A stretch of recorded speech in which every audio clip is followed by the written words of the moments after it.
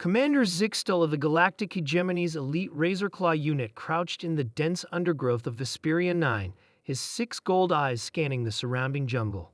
His squad of 15 warriors, each considered the pinnacle of evolutionary perfection, waited silently, their chitinous exoskeletons blending perfectly with the vibrant foliage.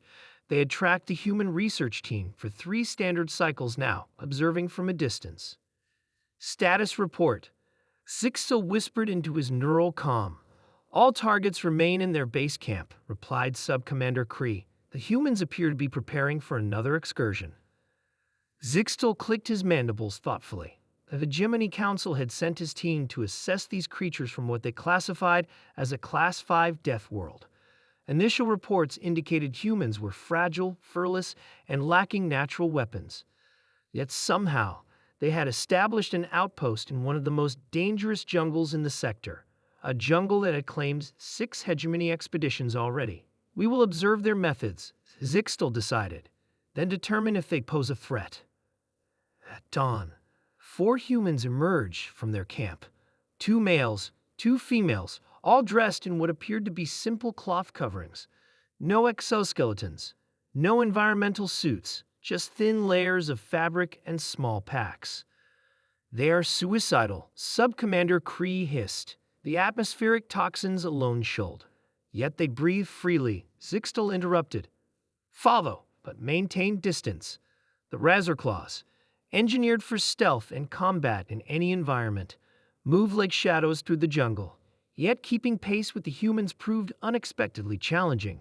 The first shot came when the humans encountered a river crossing. Zixtel's warriors stopped, analyzing the rapidly flowing water filled with razor-finned predators. The humans barely paused. One pulled out a small device, cast it into the water, and within moments had data on depth, current, and the safest crossing point. Primitive but effective, Zixtel noted. Then the tallest human did something incomprehensible. He waded directly into the water, using a sturdy branch to test the depth ahead of him, while another human secured a thin rope to trees on either bank. Within minutes, all 4 had crossed safely, leaving the Razorclaws to spend nearly an hour finding their own route.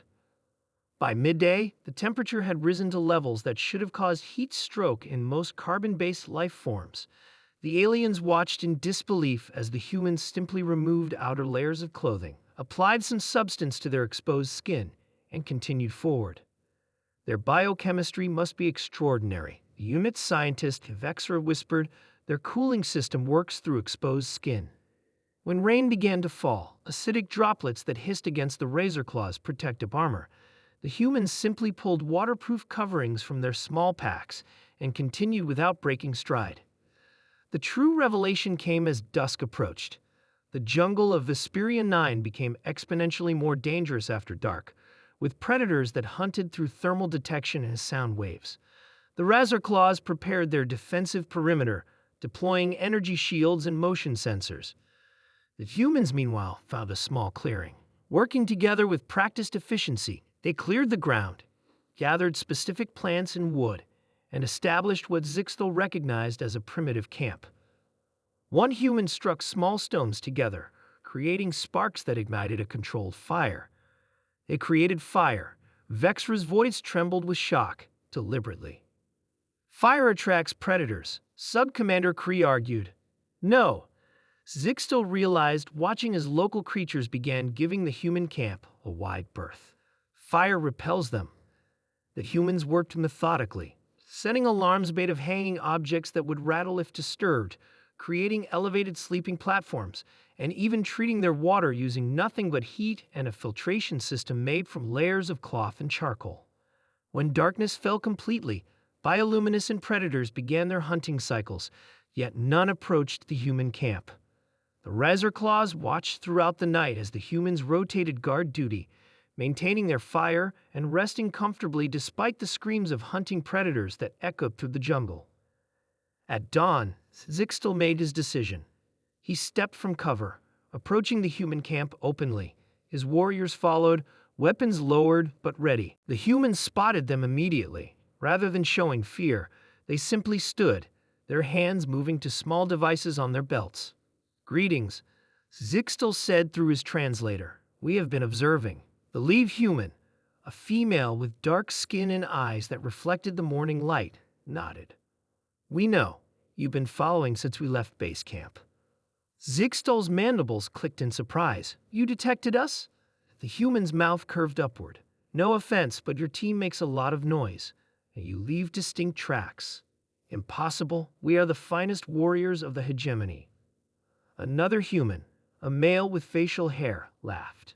Look, we appreciate the compliment of sending your best, but this is just basic survival training for us. Any human who completes standard military wilderness courses could handle this jungle. Zixtel's warriors shifted uncomfortably. One spoke up. Your world must be terrible to prepare you for such conditions. The humans exchanged glances. Earth has deserts, Arctic regions, mountains, rainforests, the lead human explained. We evolved to adapt to all of them. What you're seeing is just basic jungle survival. Zixtel understood then what the council had feared. These soft, seemingly vulnerable creatures had evolved on a world so dangerous that Vesperia 9's deadly jungle was merely a training exercise for them. If this was their baseline adaptation, what would their actual military capabilities be? We will report that diplomatic contact is advised, Zixtel declared formally. The hegemony would be unwise to consider humans as potential conquests. The human leader smiled again. We prefer allies to enemies.